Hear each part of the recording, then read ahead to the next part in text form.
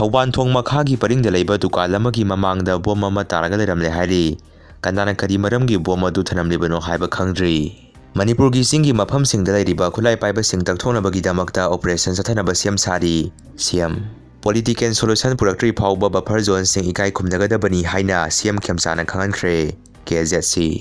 Leingakki Wari Sanaba Ywruba KZC gi Luchingba Amagi Yumda attack Twkhre Strait of Hormuz hangdoknaba Donald Trump na Iran da pung 9 gi matam thakre NBD na Luchingba Leingakna propose tawrakpa oiramlabadi yaramloi KZC